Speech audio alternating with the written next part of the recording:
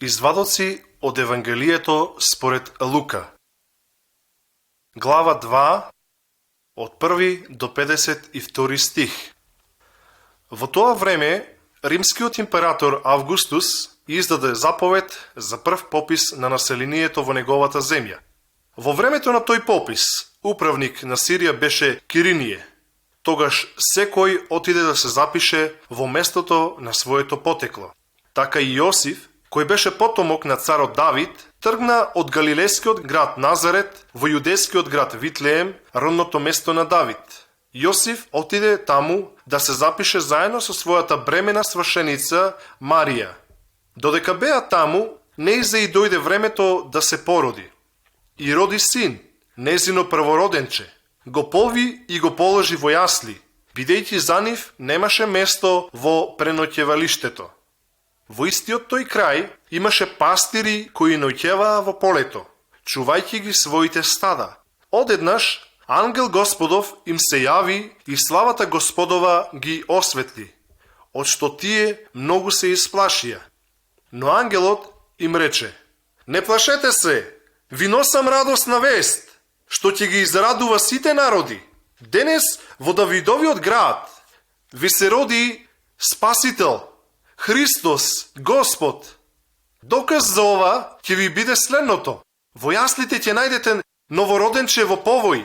Одеднаш на ангелот му се придружи големо мноштво ангели од небото, кои го славеа Бога пеејќи: слава на Бога во небесата, а на земјата мир за луѓето над кои почива неговата благонаклоност. Кога ангелите си заминаа на небо, пастирите проговорија еден со друг: ајде да појдеме до Витлеем и да ја видиме оваа случка за која не запозна Господ. Отидоа брзајќи и ги најдоа Марија и Јосиф со новороденчето кое лежеше во јаслите. Кога го видоа, им пренесоа се што им беше кажано за детето. Сите што го слушаа ова од пастирите се восхитуваа, а Марија го помнеше сето ова и го зеде при срце.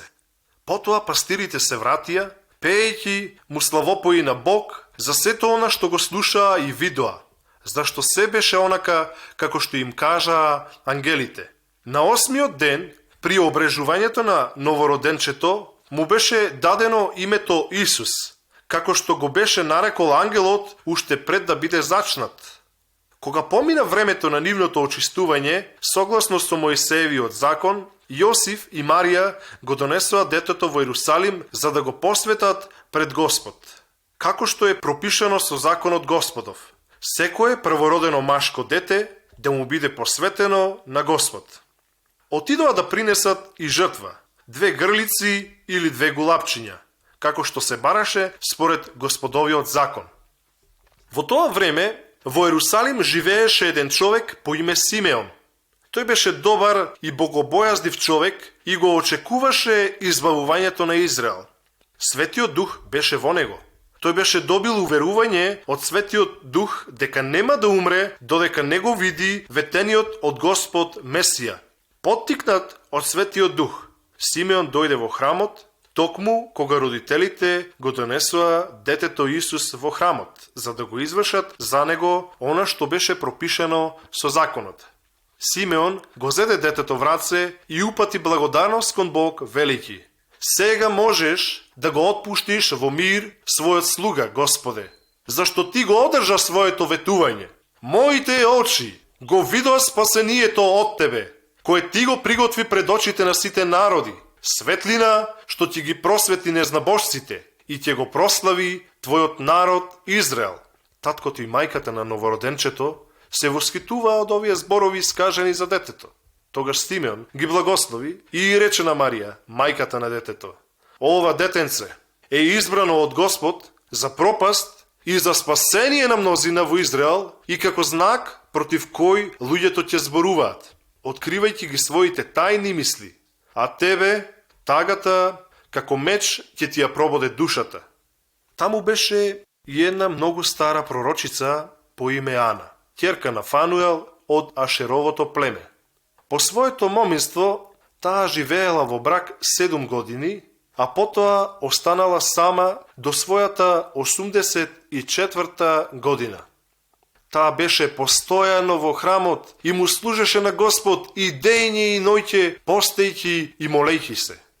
Токму во тој момент, таа приде и почна да го слави Бог и да им зборува за детето на сите што го очекуваа избавувањето на Ерусалим.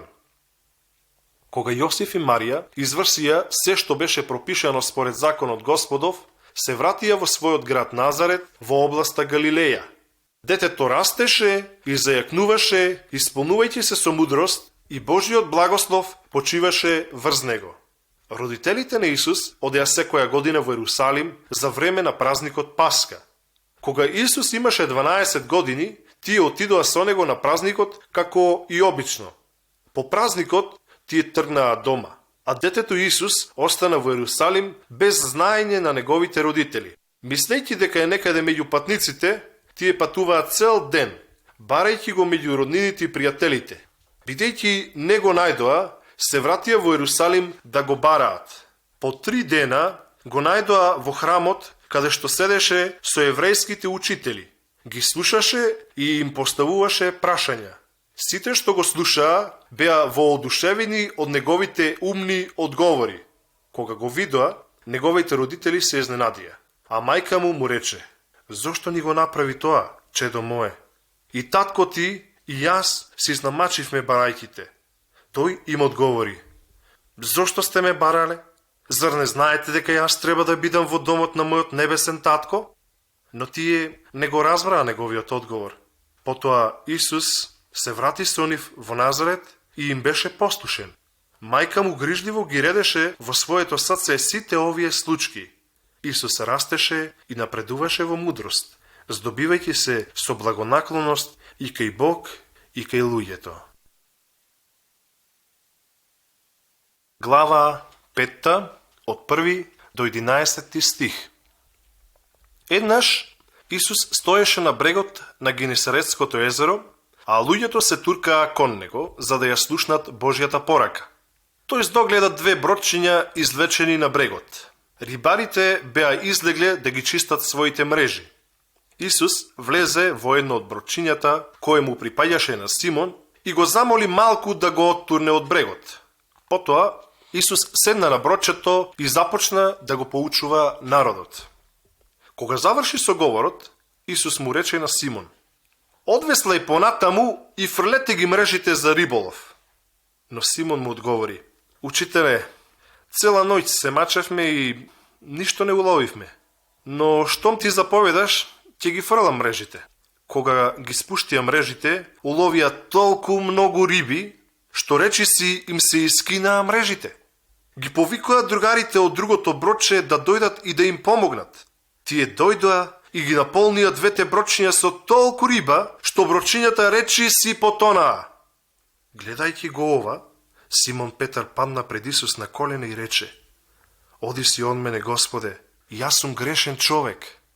Зашто голем страв ги беше зафатил и него и оние што беа со него, поради случката со уловените риби. Истото важеше и за другарите на Симон, Јаков и Јован, синот на Зебедеј. Исус му рече на Симон: "Не плаши се, од сега ќе бидеш риболовец на луѓе."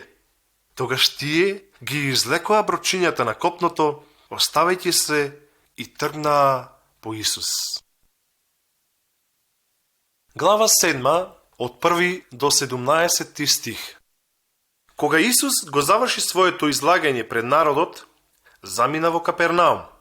Таму еден римски офицер имаше слуга што му беше многу драг, а беше тешко болен на умирање. Кога офицерот разбра за Исус, испрати кај него неколку еврејски старешини, молејќи го да дојде и да го исцели слугата. Тие дојдоа кај Исус и почнаа мощне усрдно да го молат, велики: "Овој човек заслужува да му излезеш во престраг. Тој го сака нашиот народ и ни изгради синагога." Исус појде со нив. Кога наближи до куќата, офицерот испрати луѓе да му порачаат: "Господине, не труди се понатаму, зашто не сум достоен да влезеш под мојот покрив. Ниту пак сум достоен да дојдам кај тебе. Кажи само збор и мојот слуга ќе оздрави, зашто и јас сум човек што се починува на наредби, а имам и власт да им издавам наредби на војниците. Кога на еден ќе му речам оди, тој оди, на друг ќе му речам дојди и тој доаѓа. На мојот слуга ќе му речам направи го тоа и тој го извршува. Кога го чуо ова Исус, се воодушеви и на оние што одеа по него им рече: навистина, кај никого во Израел не најдов толку голема вера. Кога оние што беа испратени се вратија дома, го најдоа слугата наполно здрав. Наскоро потоа, Исус отиде во градот Наин. Заедно со него беа неговите ученици и големо мноштво народ. Штом се приближи до градските порти, пресретна погремна поворка. Беше починал синот единец на една вдовица. Во поворката имаше многу луѓе од градот. Кога Господ ја забележа вдовицата, се сожали и рече: не плачи.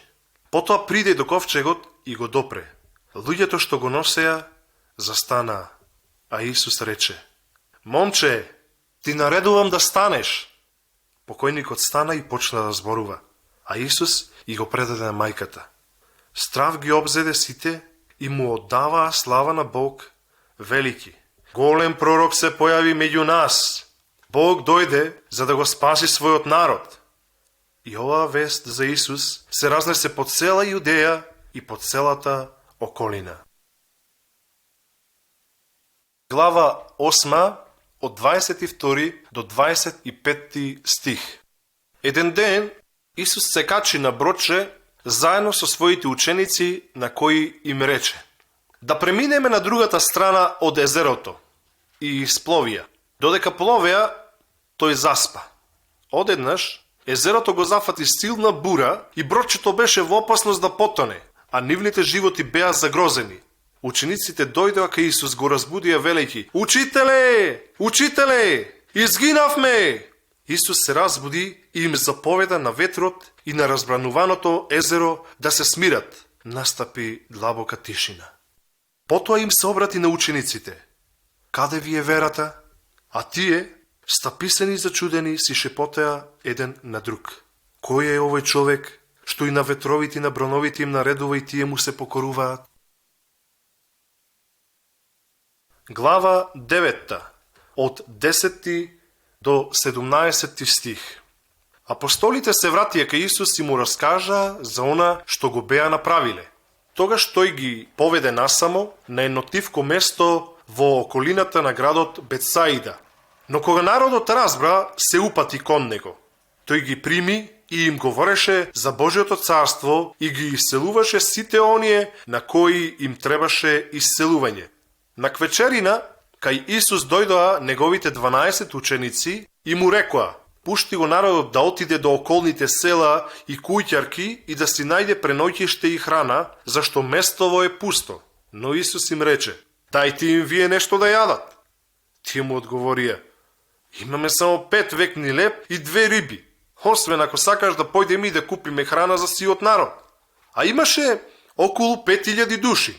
Исус им рече на учениците: нека седнат луѓето во групи од по 10 души. Така и направија, поседнувајќи го народот. Исус ги зеде 5 векни леб и 2 риби и со поглед кон небото ги благослови и ги раскаши. Потоа им подаде на учениците да му разделат на народот. Сите јадеа и се наситија, а собраа и 12 кошници и остатоци. Глава 10 од 25 до 42 стих. Еден учител на законот дојде и искушувајќи го Исуса го праша: учителе, што треба да правам за да стекнам вечен живот? Исус во одговор му рече: што вели за тоа Светото писмо? Што си читал во него? Човекот одговори: сакај го Господ својот Бог со сето свое срце, со сета своја душа, со сите своји сили и со сиот свој разум. И сакај го својот ближен како себе си. Токму така, му одговори Исус, прави го тоа и ќе живееш. Но учителот на законот сакаше да се оправда, па продолжи да го прашува Исуса: а кој е мојот ближен? Исус му одговори вака. Еднаш, еден човек, слегувајќи од Ерусалим во Ерихон, беше нападнат од разбойници кои го ограбија и натепаа, оставајќи го полумртов. Се случи тука да помине еден свештеник. Тој го забележа човекот, го заобиколи и се замина. Истото се повтори кога овде помина и еден левит, кој се доближи до човекот, го виде и се замине. Потоа намина еден самарјанец, му прииде и кога го виде, му стана жал, па му ги исчисти раните со масло и вино и му ги преврза. Потоа го качи на своето добитче, го однесе до најблиската гостилница и го смести. Утредента извади 2 сребреника, му ги даде на гостилничарот и му рече: погрижи се за него и ако потрошиш повеќе, ќе ти доплатам кога ќе се вратам. Потоа Исус праша: што мислиш? Кој од овие тројца се покажал како ближен за настраданиот од разбойниците? Оној што бил љубезен кон него, одговори учителот на законот. Тогаш Исус му рече: оди и ти прави така. Продолжувајќи го своето патување, Исус и неговите ученици дојдоа во едно село каде што во својот дом ги пречека една жена по име Марта. Таа имаше сестра по име Марија, која седна покрај Исусовите нозе да ги слуша неговите поуки. Марта пак беше презафатена со послужување, па му приде на Исус и му рече: Господе, зар не ти е жал што сестра ми ме остави да ја вршам целата работа сама? Кажи да дојде да ми помага. А Господ и рече: Марто, Марто, прекумерно се грижиш и тревожиш за многу нешта, а само едно е потребно. Марија го одбра најдоброто, она што ќе ја остане трајно. Глава 11 од 1 до 13 стих. Еднаш Исус се молеше на едно место, па кога заврши, еден од неговите ученици му рече: Господе, научи не и нас како да се молиме, како што Јован Крстител ги научи своите ученици. Исус им рече: кога се молите, молете се вака: Небесен Татко, нека се почитува Твоето свето име, нека дојде царството Твое. Давај ни ја секојдневно храната што ни е потребна. Простувај ни ги гревовите, зашто и ние им ги простуваме на нашите должници. Не води не во искушенија.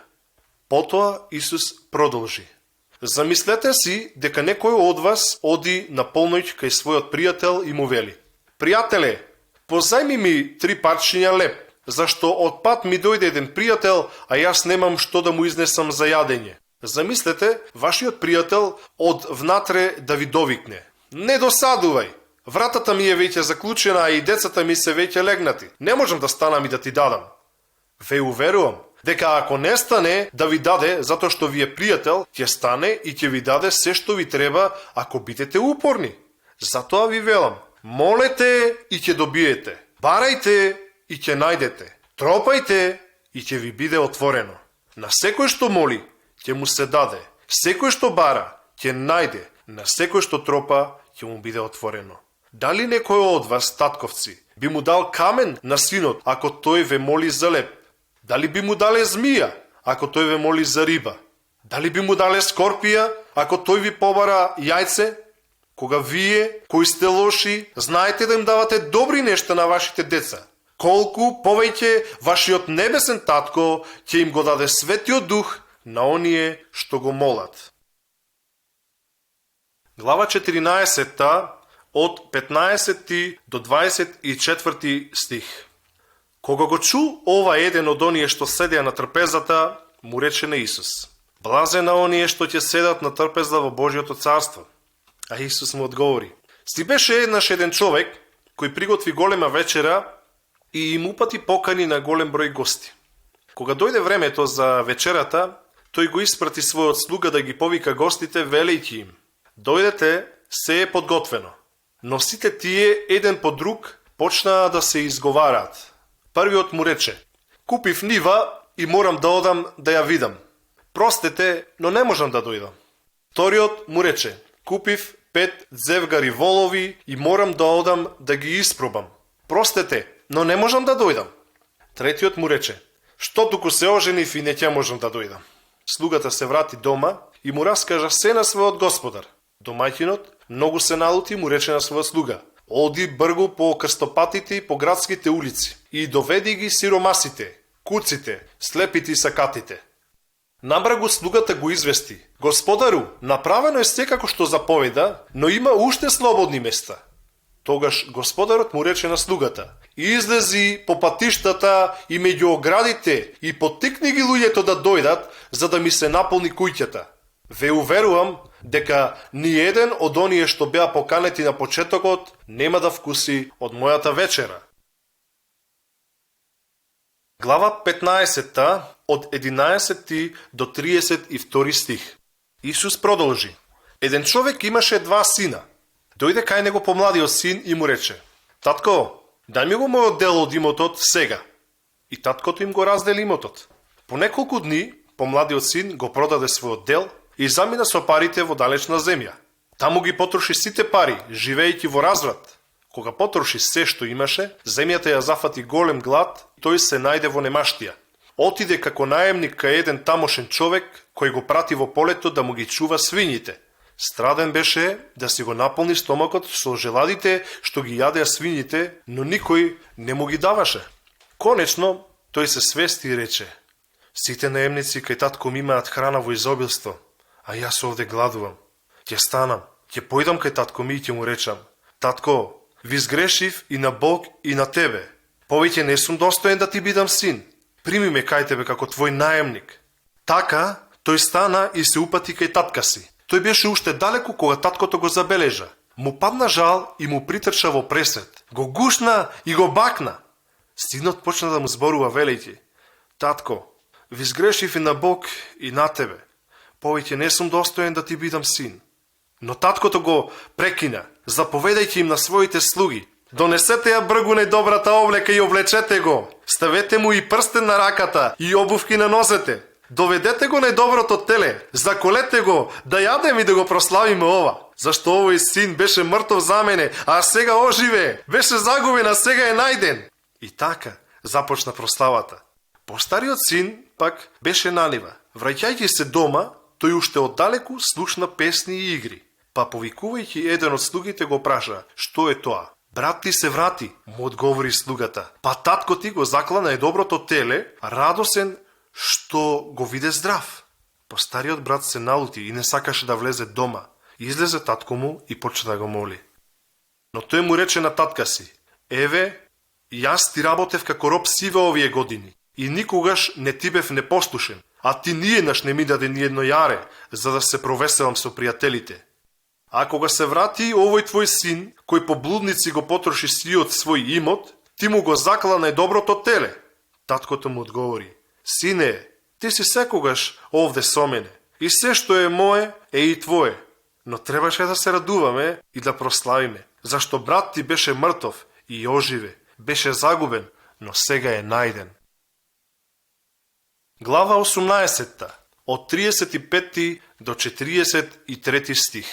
Кога Исус се доближи до градот Ерихон, покрај патот седеше еден слеп човек и просеше. Кога слепиот слушна дека покрај него минува мноштво народ, запраша: што се случува? Тие му одговорија: Исус од Назарет минува. Тогаш слепиот повика: Исусе, сине Давидов, имај милост и кон мене. Минувачите го замолкнува, но тој викаше уште погласно: Исусе, сине Давидов, имај милост кон мене. Исус запре и заповеда да му го донесе слепиот. Кога се доближи, Исус го праша: што сакаш да сторам за тебе? Тој одговори: да прогледам, Господе. Исус му рече: прогледај, твојата вера те исцели. Во истиот миг човекот прогледа и му се придружи на Исус, славејќи го Бога, а и сиот народ му даваше слава на Бог кога го виде ова. Глава 23 од 26 до 49 стих. Одведувајќи го Исус, војниците наидоа на еден човек по име Симон Киринеецот, кој се враќаше од полето и го натераа тој да го носи крстот за раснување на Исус, одејќи по него. По Исус врвеше мноштво народ, меѓу нив и некои жени кои плачеа и го оплакуваа. Исус се сврте кон нив и им рече: Ќерки Јерусалимски, не оплакувајте мене, туку себе си и своите деца, зашто идат денови кога ќе се вели: блазеси им на неротките, на утробите кои не раѓале и на градите кои не доеле. Во тие дни луѓето ќе им довикуваат на планините: паднете врз нас, и на ридовите: затрупајте не, зашто ако вака се постапува со зеленото дрво, тогаш што ли го очекува сувото? Покрај Исус нараснување водеа и двајца злостовници. Кога пристигнаа на местото наречено Череп, таму ги раснаа Исуса и злостовниците, едниот оддесно, а другиот одлево. А Исус се молеше вака: прости им, татко, зашто тие не се свесни што всушност прават. Неговите облеки ги разделија меѓу себе со жребка. Народот стоеше и го гледаше сето ова, а еврејските водачи му се подбиваа велики: другите ги спасуваше, нека се спаси сега сами од себе, ако е тој навистина Месијата, избраникот Божи. Му се подбиваа и вониците, му приоѓаа и го принудуваа да пие оцет, говорејќи: спаси се, ако си цар на Јудеја. На него ставија надпис на кој пишуваше: ова е царот јудејски. Еден од раснатите злостовници го навредуваше Исуса и му велеше: зар не си ти Месијата? Ајде, спаси се и себе си и нас. Другиот пак го прекори и му рече: немаш ли малку страхопочит пред Бога? И ти си осуден со истата казна. И јас и ти сме праведно осудени и го добивме она што го заслуживме, а тој ништо лошо не направил. Потоа му се обрати на Исус: Исусе, спомни си за мене кога ќе дојдеш во своето царство. Исус му одговори: ти ветувам дека денес ќе бидеш со мене во рајот. Беше околу 12 часот, кога најнаш настапи мрак по целата земја, се до 15 часот. Сонцето потемне, а завесата во храмот се расцепи по средината. Тогаш Исус гласно извика: небесен татко, во твоите раце го предавам мојот дух. Изговарајќи го ова, тој умре. Кога римскиот офицер виде што се случи, му оддаде почит на Бог и рече: овој човек навистина беше праведник. Кога и народот што се беше собрал да гледа виде што се случи, секој се замина дома, удирајќи се вгради од жалост. Сите што го познаваа Исус, меѓу кои и жените кои го следеа уште од Галилеја, стоја оддалеку и гледаа. Глава 24 од 1 до 12 стих. Во недела, уште во рани зори, жените дојдоа на гробот, носејќи ги мирисите за балсамирање на телото, што тие ги беа приготвиле. Но ја најдоа гробницата отворена и гробната плоча иставена. Влегоа во гробницата, но таму го немаше телото на Господ Исус. Додека стоеја таму, вчудовидени, ненадејно пред нив се појавија двајца мажи во блескави облеки. Престрашени, жените се наведнаа кон земјата, кога тие им се обратија велејќи им: зошто го барате живиот меѓу мртвите? Тој не е овде, тој воскресна. Сетете се што ви кажуваш уште додека беше во Галилеја. Синот човечки ќе треба да биде предаден во рацете на грешници кои ќе го раснат, но тој ќе воскресне на третиот ден. Тогаш жените се сетија на неговите зборови. Кога се вратија од гробот, жените им го кажаа сето ова на 11 мина и на сите други. Меѓу жените беа и Марија од Магдала, Јоана и Марија, мајката на Јаков, и другите жени кои беа со нив. Им го кажаа истото тоа на апостолите, но апостолите ги сметаа нивните зборови за измислени и не им поверуваа. Сепак, Петар стана и со трчање се упати кон гробот. Тој дзирна внатре и не виде ништо друго, освен платното од повојот. Потоа се врати дома, во голема недоумица за она што се случило. Глава 24 од 36 до 53 стих. Додека овие двајца им го раскажуваа тоа, меѓу нив се појави Исус. Застана и ги поздрави, посакувајќи им мир. Присутните беа збунети и исплашени, па мислеа дека гледаат дух. Но Исус им рече: што сте се стаписеле? Зошто ви се јавуваат сомнежи во мислите? Видете ми ги рацете и нозете, па уверете се дека тоа сум јас.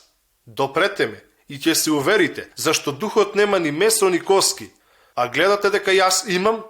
Кога го рече ова, тој им ги покажа рацете и нозете.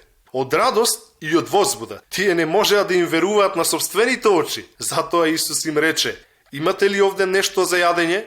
Тие му дадоа парче печена риба и тој ја изеде пред нивните очи. Потоа Исус им рече: ова е тоа што ви го зборував уште додека бев со вас. Имено, се што е предскажано за мене во книгите на Мојсеевиот закон, на пророците и во псалмите требаше да се исполни.